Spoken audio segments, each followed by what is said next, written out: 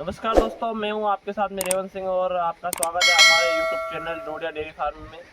आज आज का विषय हमारा है कि फीड मैनेजमेंट। नए पशुपालक पशु भी ले आते हैं, भैंस गाय जो भी आप लाएं सब ये कर लेते हैं। सबसे बड़ी समस्या रहती है पशुपालन में कि आपका फीड मैनेजमेंट कैसा है, मतलब पशु को क्या खिलाना और कितना खिलाना है, आपको एक भैंस को कितना खिलाना है, आपको गाय को कितना खिलाना है।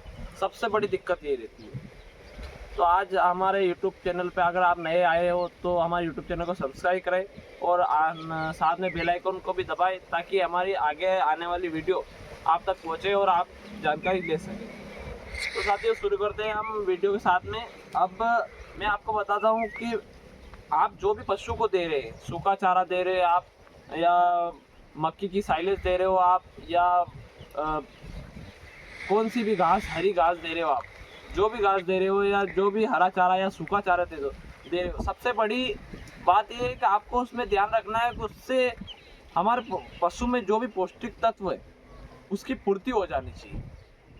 अगर पूर्ति नहीं होगी तो वो साइलेज या सूखा चारा कुछ भी काम का नहीं रहेगा। उससे हमारे पशु में जो कमी होगी उसकी भरपाई हमें अलग से मिनरल मिक्सचर या और दूसरे भी पाउडर आते हैं वो देके पूरी करनी पड़ेगी। तो सबसे बड़ी बात आपको ये ध्यान रखना है कि आप जो भी पशु को हरा गीला जो भी दे रहे हो उसमें आपके पशु की पौष्टिक तत्वों की पूर्ति हो जानी चाहिए। सबसे बड़ी बात है ये। अब पशु को हरा कितना देना है, गीला सूखा कितना देना है और साइलेज कितना देना है। वैसे बहुत जगह साइलेज की समस्या रहती है, पंजाब वगैरह में तो बहुत सारी साइलेज है, मगर जो MP या राजस्थान जैसे प्रदेशों में साइलेज की समस्या रहती है।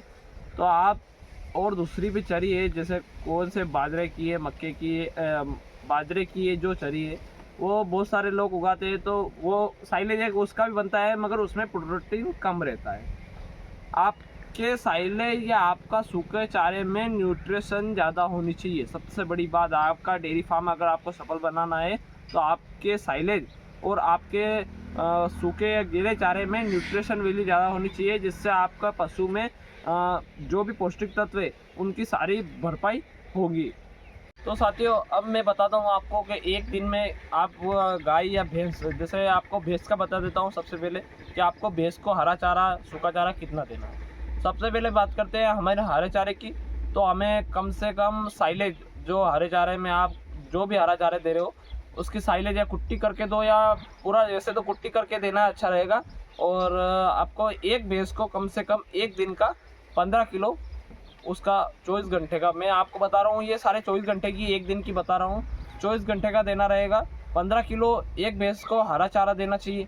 और ऐसा हरा चारा दो आप जिससे आपका भैंस या गाय जो भी है आप वो गुड टेस्ट होना चाहिए। सबसे बड़ी बात वो एकदम मतलब खाना चाहिए। ऐसा नहीं कि वो खा नहीं रहा है, थोड़ा सा खा रहा है और बंद हो रहा है, फिर थोड़ा सा खा रहा है फिर बंद हो रहा है।